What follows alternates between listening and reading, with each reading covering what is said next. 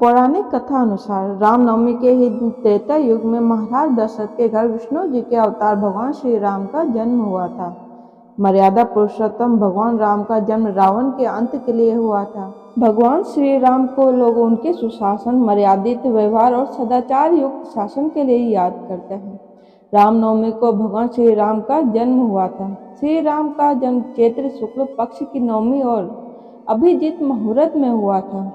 आइए जानते हैं श्री राम जी की जन्म कथा। सूर्य वंश में दशरथ नाम के एक राजा थे। उनकी 3 रानियां थे, कौशल्या, कैकेयी तथा सुमित्रा। लेकिन राजा दशरथ में कोई संतान न था।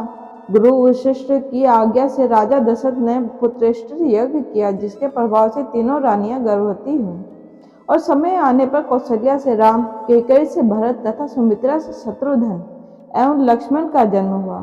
चारों ओर प्रसन्नता छा गई। चारों राजकुमार का लालन पालन होने लगा। उन दिनों राक्षसों का बहुत प्रकोप था। एक दिन गुरु विश्वामित्र अयोध्या नगरी पधारे। उन्होंने राजा दशरथ श्री राम और लक्ष्मण को मांगा, जिससे वे अपना यज्ञ निर्विघ्न रूप से संपन्न कर सके। श्री रामचंद्र और लक्ष्मण जी मुनि विश्वामित्र के साथ उनके आश्रम में चले गए। यज्ञ की रक्षा करते हुए श्री रामचंद्र जी ने तारका नामक राक्षस का वध किया। उसी दौरान उन्होंने खरदूषण का भी वध किया। मुनि विश्वामित्र का यज्ञ निर्विघ्न पूर्ण हुआ। उसके बाद मुनि विश्वामित्र दोनों राजकुमार को लेकर मिथिला नगरी की ओर चल पड़े, जहां राजा जनक ने अपनी पुत्री का स्वयंवर आयोजित किया था। रास्ते में श्री रामचंद्र जी ने पत्थर की बनी हुई अहिल्या को शाप मुक्त करवाया। कुछ दिन बाद दोनों राजकुमार मुनि विश्वामित्र के साथ मिथिला नगरी पहुंचे, जहां राजा जनक ने अपनी पुत्री सीता के विवाह के लिए यह शर्त रखी थी कि जो भी राजकुमार या राजा शिवजी के धनुष पर पतंजलि चढ़ाएगा, उसी के साथ वे अपनी पुत्री सीता का विवाह करेंगे। दोनों राजकुमार विश्वामित्र के साथ जनक के राज्यसभा में सीता के स्वयंवर को देखने गए। प्रतिज्ञा के अनुसार सभी आमंत्रित राजाओं ने शिवजी के धनुष को उठाने की कोशिश की, लेकिन कोई सफल न हो सके। यह देखकर राजा जनक को बहुत निराशा हुई। तब मुनि विश्वामित्र ने श्री रामचंद्र जी को आज्ञा दी कि वे धनुष को उठाकर पतंजलि चढ़ाएं, और जिससे राजा जनक की प्रतिज्ञा पूरी हो सके।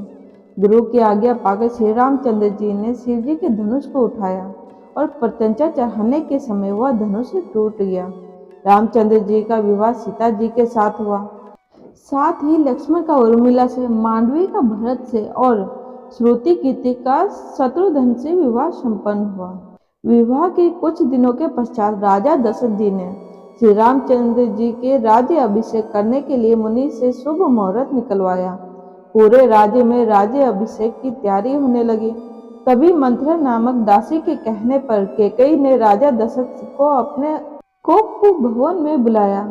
जब राजा दशरथ कैकेयी के पास पहुंचे, तब कैकेयी ने महाराज दशरथ को उनके वचन की याद दिलाई, जो वचन राजा दशरथ ने कैकेयी को युद्ध के समय अपनी सहायता करने के बाद दिया था।